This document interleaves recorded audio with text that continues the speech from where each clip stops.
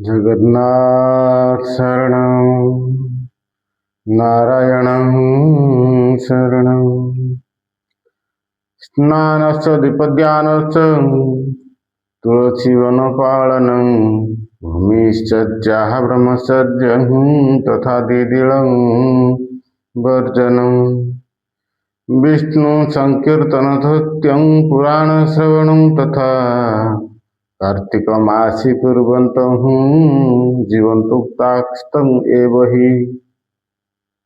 यार अर्थ है प्रातः स्नान, दीपदान, तुलसी पूजन, नाम संकीर्तन, भूमि रे शयन करी ब्रह्मचर्य पालन करिवा, पुराण पठन करिवा आदि पालन कले ए जन्मरु मुक्ति पाइब।